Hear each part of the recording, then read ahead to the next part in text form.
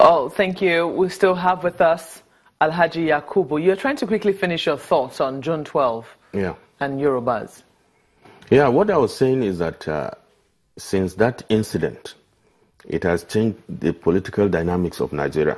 It's going to be difficult for any group or anybody in leadership to marginalize any ethnic group in Nigeria any longer.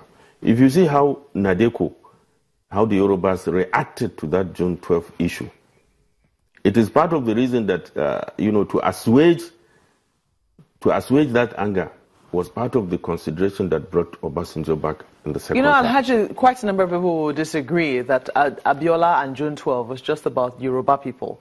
But we'll let you finish your thoughts on that another day. Let's quickly go to Lagos now and let them take some questions from there.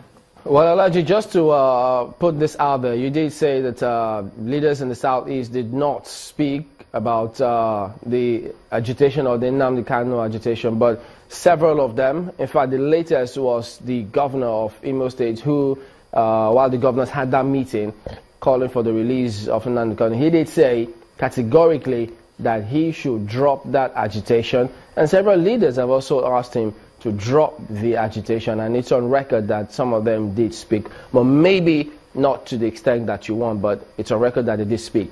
But the question then is, when you say you did not know what the group was going to say in the Arewa house, but some of the reasons that they gave for issuing that notice is those are the reasons that you're citing too, and something that you seem to be comparing and subtly justifying that notice that they gave.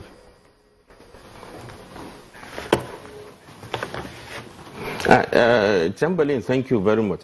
I'm not saying that the leaders of the Southeast or elders of the Southeast didn't condemn what Nnamdi Kanu was protesting about. What I'm saying was that they didn't condemn and they didn't make strong pronouncement enough on when IPOB made a pronouncement that they should sit at home. That was what I was saying. And both parties, like I said earlier, both parties, I condemn totally that sit at home pronouncement by IPOB, and I also condemn totally what the Arewa youths were their pronouncement to. And you could see the kind of forceful pronouncement that trailed the Arewa youth pronouncement too from the North and the elders and the federal government too. So what more can you expect? I can never be part of this kind of thing. If Arewa House is a place where people, is a commercial place where people come, is a symbol of the North where people come to have their meetings, have their organizational meetings and so on. So there's no way, I'm not, defending Arewa House, I'm not making statement for Arewa House. They can defend themselves, they have enough people to speak for them. I'm not speaking on their behalf, but I'm telling you from experience, because we've conducted a lot of activities there. There is no way they would have known what you want to do or what you want to say there. If they know that, they wouldn't allow these boys to do that. The boys just cash in on the symbol of that Arewa House. This is what I want to put out to Nigerians.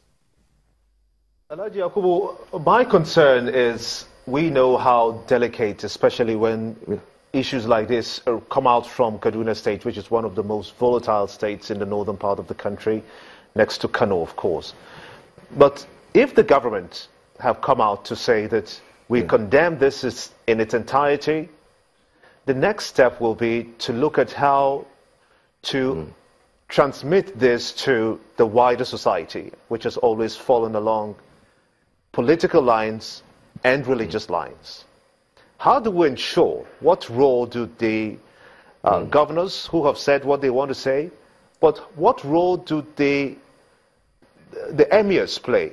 For instance, do you expect the Emir of Kano, the Emir of Zazzau, for instance, the Sultan of Sokoto, to come out and make a categorical statement to dissuade any further infringements on the people's lives and property?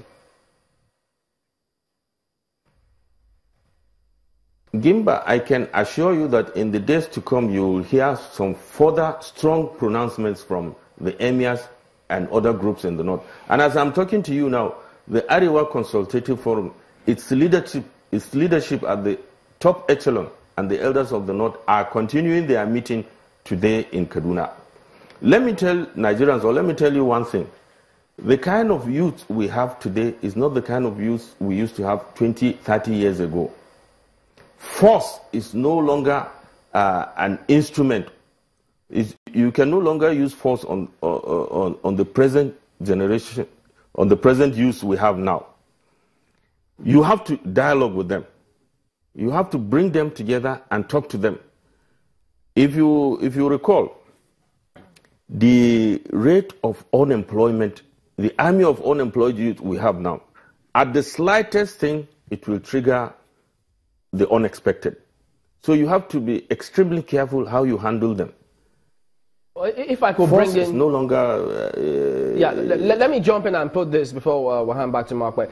Some of the concerns really raised, they think, is as a result of several calls of neglect of the Southeast region in terms of infrastructural development and all. And many just think that if that were addressed, perhaps all of this agitation and all these calls will fizzle out. So do you think that all of this lends credence to the calls that are being made by several people, including the former Vice President, Alhaji Atiku Abubakar, that the country needs to restructure?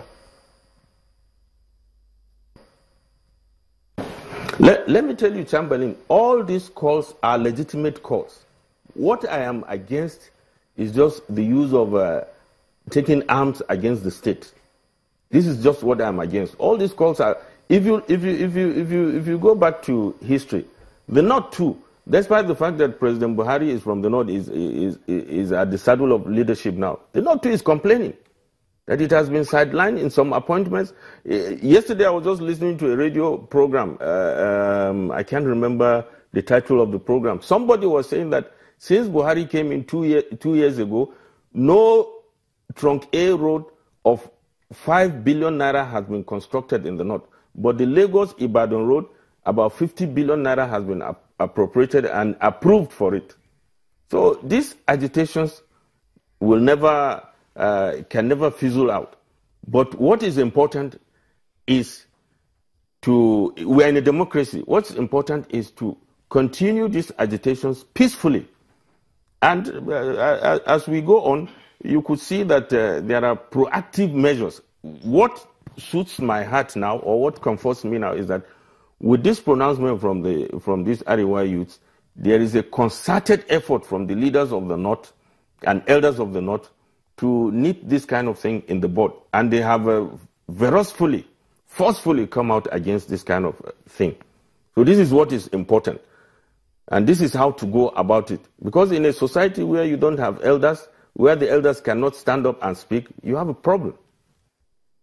So how do you think that this is going to proceed going forward? How do we ensure that statements like this do not come out? And yes, we understand that a lot of people are dissatisfied with how the country is currently being run, and a lot of people want different things. But how do you think that we all can ensure that tolerance is the name of the game when it comes to living together? With this kind of forceful pronouncement that trailed what these boys did in the North, it won't repeat itself again. In the North, as far as I know, it won't repeat itself again. Other part of the country is what I cannot say. How are you sure of that? How do you know it will not repeat itself again?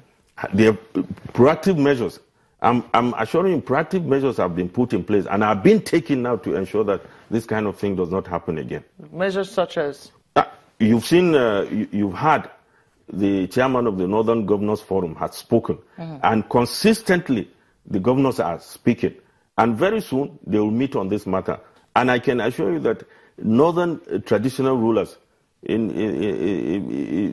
just a short while, they will come out to make pronouncements, including religious leaders.